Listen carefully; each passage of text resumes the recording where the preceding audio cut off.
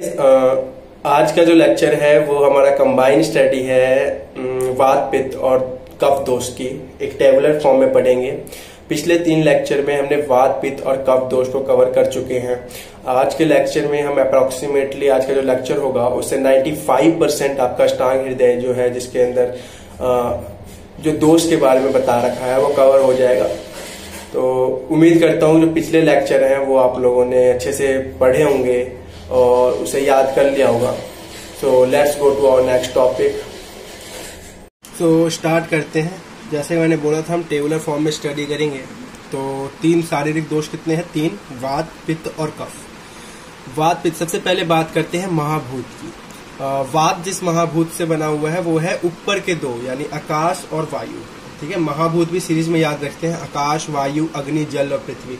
तो पहले जो 2 है उससे हमारा वात दोष बना है, अग्नि से पित्त दोष बना है, जल और पृथ्वी से हमारा कफ दोष बना है। तो महाभूत हो गया। अगला शरीर में मुख्य स्थान, तो जैसा श्लोक में बता रखा है कि नाभि के अध भाग में हमारा वात दोष होता है। विशेष स्थान क्या है? पक्वाशय। हृदय और नाभि के मध्य में पित्त स्थान होता है, विशेष स्थान नाभि। हृदय के ऊर्ध्व भाग में कफ दोष होता है, उसका विशेष स्थान क्या है? उरह यानी अपना चेस्ट। वय अह रात्रि और भुक्त यानी दिन रात, एज और खाना खाने के उपरांत किस स्टेज पे कौन से दोष की प्रधानता होती है? तो अंत, मध्य और आदि ये क्रम थे। यानी कोई भी एज के अंत में, खाना खाने के अंत में, जो भी कर्म है उसके अंत में जो है वात दोष की प्रधानता होती है, मध्य में पित्त दोष की प्रधानता होती है, आदि में यानी कफ दोष की प्रधानता, यानी जब बाल होता है, बचपन होता है तब कफ दोष की प्रधानता होती है। सुबह के समय कफ की प्रधानता होती है, शाम का पहला काल जो है वो कफ की प्रधानता होती है, खाना खाने के तुरंत बाद यानी पाचन से पूर्व कफ की प्रधानता होती है। तो ये सीक्वेंस है अंत, मध्य और आदि। अग्नि की बात करें तो अग्नि 4 प्रकार की बताई गई है, लेकिन हम यहाँ 3 की बात कर रहे हैं कि वात दोष से कौन सी अग्नि होती है? विषम अग्नि। पित्त दोष से तीक्ष्ण अग्नि, कफ दोष से मंद अग्नि। विषम अग्नि मतलब जैसे पहले बता रखा है कि कब तेज हो जाए कब कम हो जाए कुछ पता नहीं चलता। ऐसे वात प्रकृति वाले व्यक्ति का जो डाइजेशन होता है प्रॉपर नहीं होता, कभी अच्छे से खाना पच जाता है, कभी इनडाइजेशन हो जाता है। पित्त वाले में खाना जल्दी पच जाता है बिकॉज तीक्ष्ण अग्नि है। कफ वाले व्यक्ति में मंद अग्नि होती है, इनडाइजेशन जल्दी होता है। तो अब बात करते हैं कोष्ठ की। तो कोष्ठ में क्या है? 3 क्रूर, मृदु, मध्य, 4 प्रकार के कोष्ठ पड़े थे। तो वात के कारण क्रूर कोष्ठ होता है यानी हार्ड बाउल मूवमेंट होगी। पित्त में मृदु कोष्ठ होता है यानी सॉफ्ट बाउल मूवमेंट होगी। और कफ में जो होगा मध्य होगा यानी बिल्कुल नॉर्मल, जो बिल्कुल सही मानी जाती है ऐसी बाउल मूवमेंट होगी। प्रकृति की बात कर ले तो वात प्रकृति वाले व्यक्ति को कैसा माना गया है? हीन। पित्त वाले को मध्यम माना गया है और कफ प्रकृति वाले व्यक्ति को उत्तम माना गया है। अब हम बात कर लेते हैं, अब हम गुण की बात कर लेते हैं। तो गुण में जैसे पढ़ा है तुम लोगों ने, वात में क्या है? तत्र रुक्ष लघु शीतः खर सूक्ष्म चलो अनिला, यानी रूखा, लघु, शीत, खर, सूक्ष्म और चल। अब पित्त में क्या है? सस्नेह लघु उष्ण, सस्नेह तीक्ष्णो उष्णम, लघु विश्रम सरम द्रवम। कफ में क्या पढ़ रखा है कि स्निग्ध शीतो गुरु मंद लक्षणों मृतष्ण स्थिर कफः, यानी गुण अगर कुछ कॉमन देखा जाए तो गुण में क्या है? उसमें रुक्ष होते हैं, ये क्या होते हैं? स्निग्ध होते हैं दोनों। पित्त और कफ क्या होते हैं? स्निग्ध होते हैं। वात जो होता है लघु होता है, पित्त भी लघु होता है, लेकिन कफ जो होता है गुरु होता है। अगर हम टेम्परेचर के बात में बात करें तो वात जो होता है शीत होता है, पित्त जो होता है उष्ण होता है, कफ शीत होता है ना।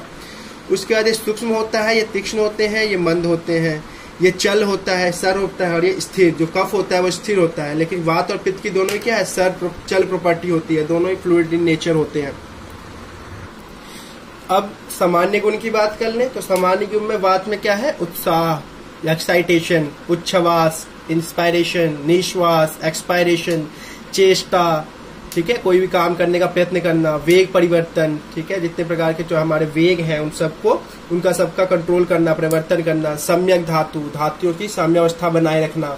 अक्षानाम पार्टवेंच यानी हमारे जितने भी सेंस ऑर्गन है उन सबको नॉरिश करना। ये किसके काम है? वात के सामान्य कर्म है। वहीं पित्त का सामान्य कर्म क्या है? पाचन करना, डाइजेशन, उष्णता, हॉटनेस, दर्शन, क्षुधा, हंगर, तृष्णा, थ्रस्ट, रुचि, इंटरेस्ट, प्रभा, कॉम्प्लेक्शन, मेधा, धी, दोनों इंटेलिजेंसी से रिलेटेड है। शौर्य, कोई भी गैलेंट्री, कोई भी काम करने की जो हिम्मत आती है पित्त से आती है। तनु मार्दव यानी softness of the body control भी पित्त कंट्रोल करता है। कफ क्या काम करता है, तो स्थिरता पैदा करता है, स्निग्धता पैदा करता है, संधि बंध यानी बाइंडनेस ऑफ द ज्वाइंट, और क्षमा यानी स्ट्रॉन्ग माइंड जो होता है, किसी को भी अच्छे से माफ कर देना, किसी भी चीज पे एक सही डिसीजन लेना, ये काम किसका है, कफ का। अब हम वृद्धि कर्म की बात करते हैं। जब वात या पित्त कफ इन दोषों की वृद्धि हो जाए तो क्या होगा, इनके जो सामान्य गुण है उनकी वृद्धि होगी, जिसके कारण इनके कर्म जो होंगे उस हिसाब से बढ़ते जाएंगे। तो थीनता बढ़ जाएगी। काश्रेय, वात की वृद्धि की बात करते हैं तो काश्रेय, काशनर्य, उष्ण कामत्व, कंपना, हर्ष, कृत ग्रहण, बल, भ्रंश, निद्रा, इंद्रिय, प्रलाप, भ्रम, दीनता। ठीक है, तो काश्रेय यानी थिननेस आ जाएगी। इसे सब समझा रखा है आप लोगों को पिछले लेक्चर में, तो इसमें फटाफट आगे बढ़ते हैं। काश्रेय है, काशनर्य है, उष्ण कामना है, कंपन है, अना है, सकृत गृह है, बल भ्रंश है, निद्रा, इंद्रिय, प्रलाप, भ्रम और दीनता। पित्त की अगर वृद्धि हो जाए तो इसमें क्या है, येलो कलर हो जाएंगे सबके, वीड, मूत्र, नेत्र और त्वक सबका क्या हो जाएगा, येलो कलर हो जाएगा। क्षुधा और तृष्णा अधिक लगने लगेगी। बर्निंग सेंसेशन होगी। अल्प निद्रा, नींद जो होगी कम हो जाएगी। अग्नि, अगर कफ की वृद्धि हो जाए तो क्या होगा, अग्नि सदन, डाइजेस्टिव फायर जो होगा वीक हो जाएगा। प्रसेक, आलस्य, गौरव, स्वैत्य, शैत्य, श्लथ अंगत्व, अंग जो होंगे वो श्लथ हो जाएंगे। श्वास और काश की प्रॉब्लम आएगी। अति निद्रा आएगी। ठीक है, तो हमने क्या किया, इनमें से कुछ जो है कॉमन चीजें कि अगर मैं कलर की बात करूं, वृद्धि कर्म में अगर वात की वृद्धि हो जाए तो जनरली जो बॉडी का कलर है वो ब्लैकिश हो जाता है। अगर पित्त की वृद्धि हो जाए तो बॉडी का कलर येलो हो जाता है। अगर कफ की वृद्धि हो जाए तो व्हाइट कलर हो जाता है। तो body pigmentation according to the doshas are black, yellow and white. अगर नींद की बात करें तो वात और पित्त की अगर वृद्धि हो जाए तो नींद जो है कम होती है, लेस स्लीप हो जाती है। लेकिन कफ की वृद्धि हो जाए तो हमें निद्रा ज्यादा आती है, मोर स्लीपी। अगर वही बात हम टेम्परेचर के हिसाब से करें तो बॉडी जो होती है कोल्ड होती है, पित्त के हिसाब से भी कोल्ड, पित्त हॉट होता है और कफ कोल्ड। यानी वात और कफ की वृद्धि हो जाए तो बॉडी टेम्परेचर ठंडा हो जाएगा, पित्त की वृद्धि हो जाए तो हॉटनेस, दाह हो जाएगा। ठीक है, अब बात कर लेते हैं कि क्षय कर्म की। तो क्षय में अगर इनकी कमी हो जाए तो वात में क्या होगा, वात के क्षय से अंगसाद यानी डेबिलिटी ऑफ द बॉडी। ठीक है, मतलब उसमें क्या हो जाएगी, स्टिफनेस हो जाएगी बात में, क्योंकि मूविबिलिटी जो होगी वो नहीं रह पाएगी। अल्प भाषी यानी लेस स्पीचेबल होगा। संज्ञाना मोह, लॉस ऑफ सेंसेशन हो जाएंगी। और जनरली इसमें ध्यान दो, सिम्टम्स ऑफ द इंक्रीज्ड कफहा, तो पीछे जो कफ के इंक्रीज होने से जो करेक्टर्स हैं, जो कर्म है, वो सारे अब क्या करेगा, वात के क्षय कर्म बन जाएंगे। पित्त की कमी हो जाएगी तो मंद अनल यानी वीक डाइजेस्टिव फायर, शीतता हो जाएगी, प्रभा का नुकसान होगा, प्रभा हानि हो जाएगी। कफ के क्षय कर्म की बात करें तो भ्रम होगा, क्योंकि उसकी स्थिरता नहीं रह पाएगी मन की। श्लेष्म शयानाम, जो श्लेष्म शयानाम शून्यत्वम यानी श्लेष्म का जो स्थान है, जो पूरा प्रदेश है, उसमें शून्यत्वम यानी उनमें एम्प्टीनेस महसूस होगा। हृद्रव यानी पैल्पिटेशन ऑफ हार्ट, पिछले लेक्चर में समझा चुका हूँ। श्लथ संधि यानी जॉइंट्स जो होंगे वो लूज हो जाएंगे।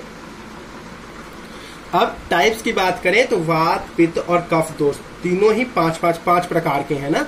वात की स्टार्ट करें तो प्राण, उदान, व्यान, समान और अपान। प्राण वायु कहाँ है, ऊपर से नीचे है सीक्वेंस, मूर्धगा में। उदान वायु उरा प्रदेश में, व्यान वायु हृदय में, समान वायु अमाशय में, अपान वायु पक्वाशय में। इनके कर्म जो है वो मैंने पिछले लेक्चर में बता चुका हूँ आप लोगों को, तो आगे बढ़ते हैं। पाचक, अगर पित्त की बात करें तो 5 है, पाचक, रंजक, साधक, आलोचक और भ्राजक पित्त। पाचक पित्त कहाँ है, गृहिणी में यानी गृहिणी किसको होता है, डोएडनम में यानी पक्वाशय, अमाशय, मध्यगम। रंजक पित्त अमाशय में जो रंजन कार्य करता है। साधक पित्त आपका हृदय में, तो ध्यान दीजिए व्यान वायु और साधक पित्त दोनों हृदय में एक साथ फंक्शन करते हैं। ठीक है, आलोचक पित्त हमारी दृक में यानी आई में कौन है, आलोचक पित्त है। भ्राजक पित्त हमारी त्वचा में है, त्वक में। कफ की बात करें तो वही 5 प्रकार के हैं, अवलंबक, क्लेदक, बोधक, तर्पक और श्लेष्मक। अवलंबक उरा प्रदेश में है, तो उरा में देखिए उदान वायु भी है, अवलंबक कफ भी है। क्लेदक कफ अमाशय में प्रेजेंट है। अमाशय में क्या क्या है, समान वायु है, रंजक पित्त है और क्लेदक कफ यानी अमाशय में तीनों चीजें पाई जाती हैं। वायु वहां क्या करता है, फायर को थोड़ा और बढ़ाता है, क्योंकि ऑक्सीजन के प्रेजेंस में आग क्या होती है, तेज होती है। तो समान वायु क्या करता है, डाइजेस्टिव फायर को थोड़ा बढ़ाता है। रंजक पित्त क्या करता है, जो खाना जो पच जाता है खाना उसका रंजन करता है। ठीक है, क्लेदक कफ क्या करता है अमाशय में, जो खाना आता है उसको मॉइस्चराइज करता है ताकि उसका पाचन आसानी से हो जाए।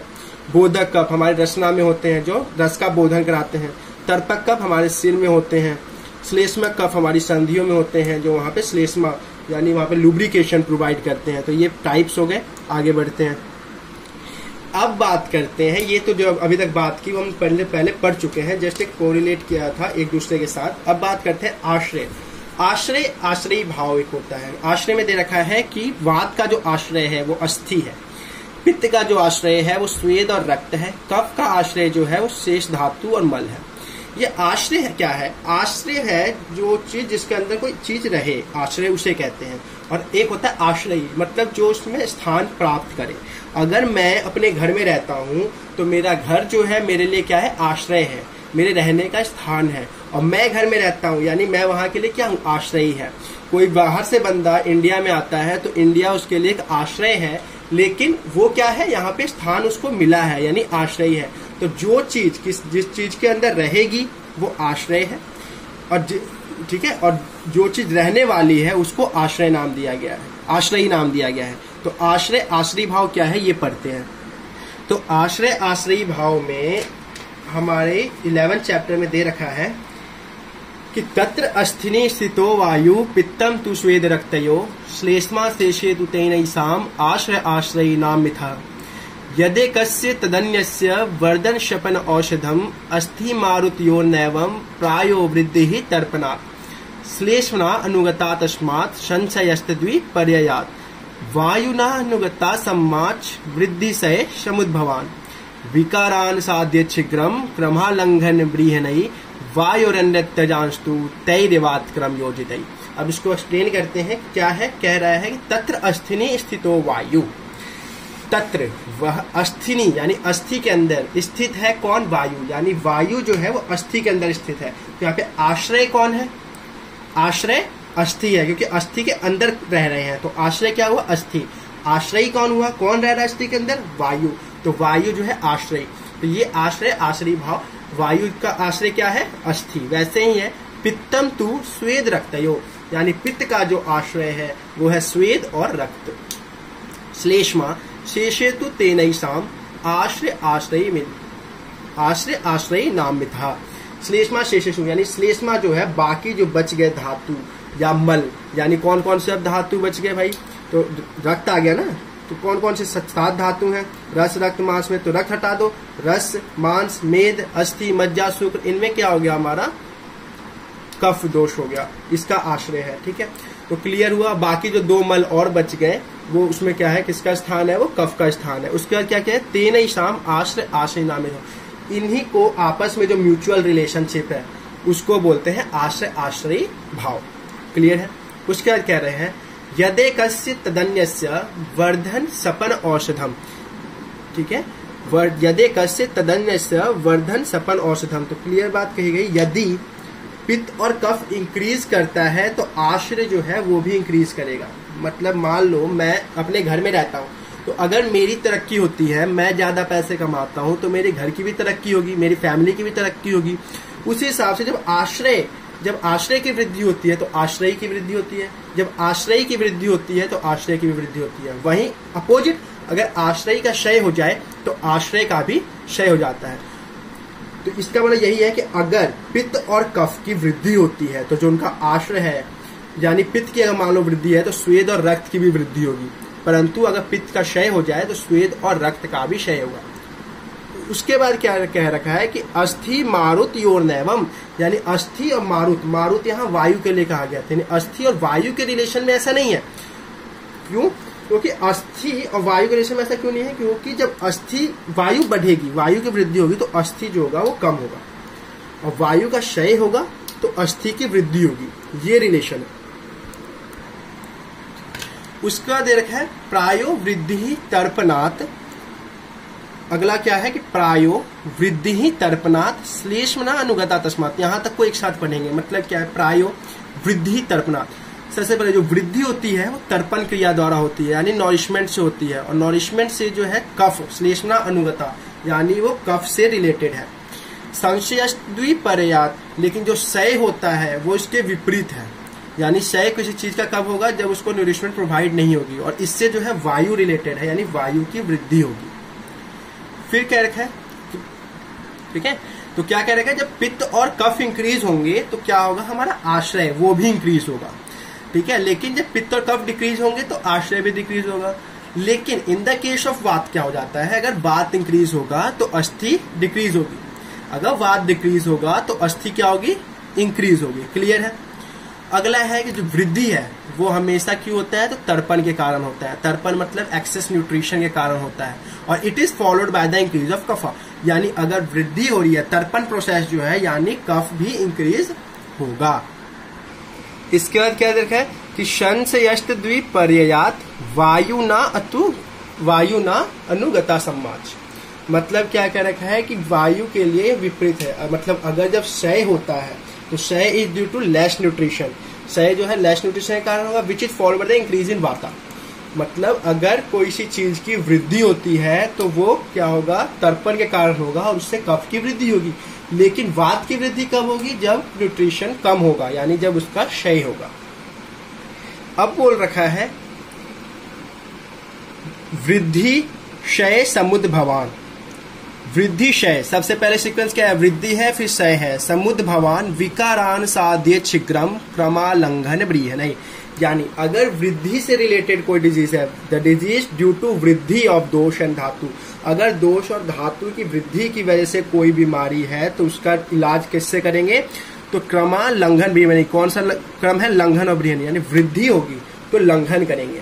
जैसे अगर पित्त की वृद्धि हो जाती है तो हम उसको क्या करना है, कम करना है, तो कम करने के लिए लंघन करेंगे। लंघन मतलब फास्टिंग, यानी न्यूट्रिशन हम नहीं देंगे शरीर को, ठीक है। लेकिन अगर वहीं उसका क्षय हो जाए, पित्त या कफ दोष का क्षय हो जाता है, दोष उसके रिलेटेड धातु का क्षय हो जाता है, तो हम उसके वृद्धि की बात करेंगे। मतलब वृद्धि करनी है तो वृद्धि करने के लिए हम ब्रीहन देंगे। ब्रीहन यानी न्यूट्रिशन प्रोवाइड करेंगे। तो क्लियर है, जब वात पित्त और कफ दोष की वृद्धि हो जाएगी या उनसे रिलेटेड जो आश्रय है उनकी वृद्धि हो जाएगी तो क्षय करना है। और क्षय करने के लिए हम क्या करेंगे, न्यूट्रिशन नहीं देंगे, यानी लंघन देंगे। अगर वो क्षय हो चुके हैं यानी हमें उनकी वृद्धि करनी है, वृद्धि करने के लिए हम ब्रीहन देंगे, यानी न्यूट्रिशन प्रोवाइड करेंगे।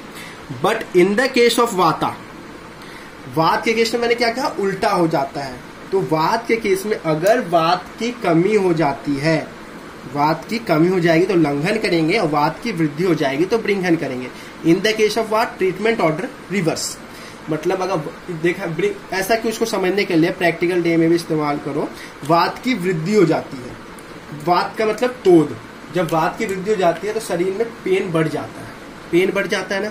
अब क्या कहते हैं, बुखार होता है व्यक्ति को तो टेम्परेचर, जब उसको सर दर्द होता है तो हम क्या कहते हैं, खाना खा लो, ठीक है। क्यों, क्योंकि जब न्यूट्रिशन प्रोवाइड करेंगे तो वात धीरे धीरे कम हो जाएगा, यानी दर्द कम हो जाएगा। इसीलिए जब वात के केस हो, वात की वृद्धि में हमें खाना नहीं छोड़ना चाहिए। वात की वृद्धि हो तो उसमें और खाना खाना चाहिए, इससे कमी हो तो वात की वृद्धि में ब्रिंघन से इलाज करना चाहिए, और वात की कमी में लंघन से इलाज करना चाहिए। क्लियर है ट्रीटमेंट प्रोसीजर और कॉजेस प्रोसीजर। तो ये थे हमारे आश्रय आश्रयी भाव। इसमें अगर श्लोक याद ना हो कोई दिक्कत नहीं, पर जो पॉइंट्स बताए हैं वो सारे आपको याद होने चाहिए। अब अगला क्या है, चय, प्रकोप और प्रशम। चय यानी वात का जो चय होता है वो ग्रीष्म ऋतु में होता है, पित्त का चय वर्षा ऋतु में होता है, कफ का चय शिशिर ऋतु में होता है। प्रकोप, वात का प्रकोप वर्षा ऋतु में, पित्त का प्रकोप शरद ऋतु में, कफ का प्रकोप वसंत ऋतु में। वात का प्रशम शरद ऋतु में, पित्त का शमन हेमंत ऋतु में, और कफ का शमन ग्रीष्म ऋतु में। ठीक है, इसको समझते हैं चय, प्रकोप, प्रशम होता क्या है। चय किसको बोलते हैं, चय होता है चयो वृद्धि ही स्वधामनेव। मतलब स्वधामने यानी अपने स्थान पर, जब दोषों का अपने ही स्थान पे वृद्धि हो जाए तो उसको चय बोला जाता है। ठीक है, जब अपने स्थान पे, जैसे कफ का स्थान क्या है, उरा प्रदेश, तो जब उरा प्रदेश में कफ की वृद्धि हो जाए तो उसको चय स्टेज बोलेंगे। ठीक है, 3 स्टेजें होती हैं तो इसको चय स्टेज बोलेंगे। उसमें क्या है, प्राद्वेष वृद्धि हेतु, जब किसी चीज जब चय हो जाएगा, यानी मान लो उस दोष की वृद्धि हो जाएगी तो वृद्धि करने वाले हेतुओं से उसे द्वेष हो जाएगा। ठीक है, मान लो अगर कफ की वृद्धि हो जाती है तो कफ का गुण क्या है, शीत, यानी शीत चीजें खाने से उसको द्वेष हो जाएगा। उस व्यक्ति को शीत चीजें खाना, आइसक्रीम, कोल्ड खाना उसको पसंद नहीं होगा। विपरीत गुण इच्छा च, लेकिन उसके जो अपोजिट गुण वाले द्रव्य हैं उनको खाने में उसको मजा आएगा। यानी गरम गरम चीजें जो है, कफ बढ़ जाता है तो गरम गरम चीजें खाना उसको बहुत पसंद आएगा। क्लियर है? तो चय क्या होता है? अपने स्थान पे दोषों का बढ़ जाना चय कहलाता है। अब बात करते हैं प्रकोप की। प्रकोप कहते हैं ना, बहुत भयानक शब्द है प्रकोप, कुपित हो जाना। प्रकोप में होता है क्या है? कोपस्तु उन्मार्ग गामिता, मतलब दोष जो है, पहले क्या हुआ? दोष हमने क्या हुआ? कफ मान लो बढ़ा, यानी हमने क्या, क्यों बढ़ा होगा? क्योंकि हमने शीत चीजें खाई होगी, खाने से वो अपने स्थान पे बढ़ गया। अब अगर और शीत चीजें खाते जाएंगे, टेम्परेचर भी शीत हो गया, यानी उससे रिलेटेड हो गया, तो टेम्परेचर भी वही है शीत, हम खाना भी शीत खा रहे हैं, तो क्या होगा? कुपित हो जाएगा, वो अपने स्थान को छोड़ के ऊर्ध्वगामी यानी दूसरे स्थान पे चला जाएगा। क्लियर है? तो जब वो अपने स्थान को दोष छोड़ के दूसरे स्थान पे चले जाएंगे तो उसको प्रकोप कहेंगे। क्या कहेंगे? प्रकोप कहेंगे। उसके बाद है लिंगा नाम दर्शनम। प्रकोप की स्टेज में क्या होगा कि ये जो है अपने रोग के लक्षण प्रोड्यूस करेंगे। स्वेशा नाम स्वास्थ्यम रोग संभव, और इस स्टेज में रोग जो है संभव है। तो कभी भी डिजीज कब होती है? तो दोष के प्रकोप स्टेट में होती है। चय में क्या होगा? केवल उसकी वृद्धि होगी। जब तक अगर चय में हमने उसका इलाज कर लिया तो ठीक है, नहीं तो वो प्रकोप स्टेज में चला जाएगा, यानी अपने स्थान को छोड़कर दूसरे स्थान पर जाएगा और डिजीज कॉज करेगा। क्लियर? प्रशम क्या है? तो प्रशम होता है स्वस्थानस्थस्य समता विकार असंभव असंभव समः। स्वस्थानस्थस्य मतलब अपने स्थान पे वापस आ जाना। पहले दोष अपनी जगह पे इकट्ठा हुआ, फिर अपने स्थान से वो ऊर्ध्वगामी यानी दूसरे स्थान पे गया। अब क्या होता है? धीरे धीरे वो अपने स्थान पे वापस आ जाता है। जब दोष अपने स्थान पे वापस आ जाएगा तो उसको बोलेंगे प्रशम, यानी शांत हो जाना, दोष का शांत हो जाना। और जब दोष शांत हो जाएगा तो विकार जो होगा वो खत्म हो जाएगा, इसलिए कहा गया है विकार असंभव। ठीक है? तो जब प्रशम के स्टेज में विकार जो होगा नहीं होगा। क्लियर? तो वही बता रखा है कौन से महीने में किस दोष का क्षय होगा। महीने में, सॉरी, ऋतु में। ऋतु कितनी है? 6 बता रखे हैं। तो सीक्वेंस में अगर ऋतु याद करते हैं तो सबसे पहले ऋतु होती है कौन सी? शिशिर, फिर वसंत, ग्रीष्म, वर्षा, शरद, हेमंत। कैसे? शिशिर, वसंत, ग्रीष्म, वर्षा, शरद, हेमंत। ठीक है? वात, पित्त, कफ, ये सीक्वेंस है। तो हम स्टार्ट कैसे करते हैं? ग्रीष्म से। तो ग्रीष्म के बाद जो 3 चीजें होंगी, वात, ये चय, प्रकोप और प्रशम का होगा। चय, प्रकोप, प्रशम सीक्वेंस है ये ना, चय, प्रकोप और प्रशम। तो ग्रीष्म में चय, फिर वर्षा में उसका प्रकोप, शरद में उसका प्रशम। ये किसके लिए है? वात के लिए। पित्त के लिए स्टार्ट करेंगे वर्षा से। ग्रीष्म के बाद वर्षा, तो वर्षा से, तो वर्षा, शरद, हेमंत। ठीक है? कफ के लिए हम पहले ऋतु में चले जाएंगे, शिशिर, वसंत, ग्रीष्म। तो एक सीरीज में है, एक सीक्वेंस में है। यानी ग्रीष्म में अब ये इन ऋतुओं में इनका चय क्यों होता है, प्रकोप क्यों होता है, प्रशम क्यों होता है, ये जब मैं 3rd चैप्टर ऋतुचर्या पढ़ाऊंगा उसमें आपको क्लियर हो जाएगा। फिलहाल के लिए इतना याद है, चय, प्रकोप, प्रशम कहते किसको है, और कौन से महीने में कौन से दोष का चय होता है, किसका प्रकोप होता है और किसका प्रशम होता है। अब बात करते हैं कि इन दोषों की वृद्धि या क्षय कौन से रस के खाने से हुआ, यानी रसों का दोषों पे प्रभाव। 6 रस होते हैं ना, मधुर, अम्ल, लवण, कटु, तिक्त, कषाय।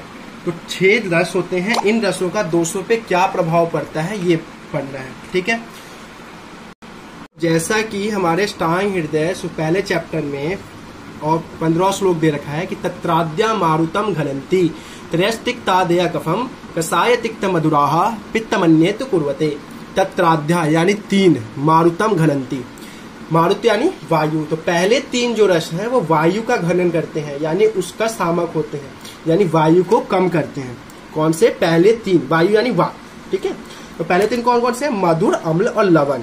उसके बाद त्रयस्तिक्तादय कफम, तो बच गए जो 3 आदि, यानी बाद में जो 3 है वो कफ का समन करते हैं। तो लास्ट 3 कौन कौन से हैं? तिक्त, उष्ण और कषाय, ये किसका? कफ का शमन करते हैं। फिर करके कसाय, तिक्त, मधुराहा पित्तमन्येत कुर्वते। कसाय, तिक्त और मधुर रस जो है वो पित्त को समन करते हैं। तो पहले 3 वायत, लास्ट के 3 कफ, और कसाय, तिक्त और मधुर पित्त। इसलिए कहा था सीक्वेंस हमेशा याद होना चाहिए, क्योंकि अष्टांग में सारी चीजें सीक्वेंस में जोड़ रखी हैं। तो वही चीज हमने टेबल में दे रखी है कि वात का सामान्य रस जिससे वृद्धि होगी। वृद्धि किससे होगी? तो जो पहले क्षय की बात कर ले, तो क्षय किससे होगा? मधुर, अम्ल और लवण से। तो वृद्धि उसके अपोजिट जो बच गया उससे होगी, यानी कटु, तिक्त, कषाय से होगी। पित्त की वृद्धि, पित्त का क्षय किससे होगा? कषाय, तिक्त और मधुर से। तो उनकी वृद्धि किससे होगी? जो बच गए 3, अम्ल, लवण और कटु। कफ का क्षय किससे होगा? लास्ट के 3 तिक्त उष्ण कषाय, वृद्धि किससे होगी, पहले 3 मधुर अम्ल लवण। तो क्लियर होगा कौन से रस से वृद्धि होगा, कौन से रस से क्षय होगा। नेक्स्ट बात करते हैं, 2 तरह के औषध होते हैं, इनकी ट्रीटमेंट की बात करते हैं ना, कि अगर वात की वृद्धि हो जाए, पित्त की वृद्धि हो जाए, कफ दोष की वृद्धि हो जाए तो उनका इलाज क्या है। तो 2 तरह के औषध है, एक समन औषध, एक शोधन औषध। समन और शोधन किसे बोलते हैं, समन यानी शरीर के अंदर ही उसका नाश कर देना, मतलब शरीर के अंदर दोष वृद्धि है तो शरीर के अंदर ही शांत कर देना। शोधन होता है कि शरीर के अंदर से जो दूषित है उसको बाहर, शरीर के बाहर निकाल देना, उसको शोधन कहते हैं। तो वात के लिए समन औषध है तेल, पित्त के लिए घृत, कफ के लिए मधु। शोधन औषध वात के लिए बस्ती, पित्त के लिए विरेचन, कफ के लिए वमन।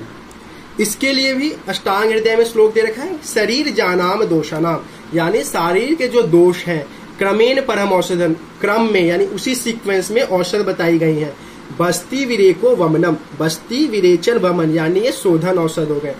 तैलम घृतम मधु, ये समन औषध। तो वात के लिए बस्ती और तैल, पित्त के लिए विरेचन घृत, कफ के लिए वमन और मधु। तो आज के लेक्चर में हमने पूरी एक कंबाइन स्टडी पढ़ी।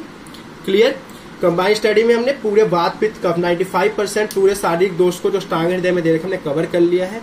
इस टेबल को अच्छे से पढ़ना, ठीक है, इससे आपको आसानी होगी, लास्ट टाइम रिवीजन के लिए बहुत अच्छा है इसको। तो आज के लेक्चर के लिए इतना ही।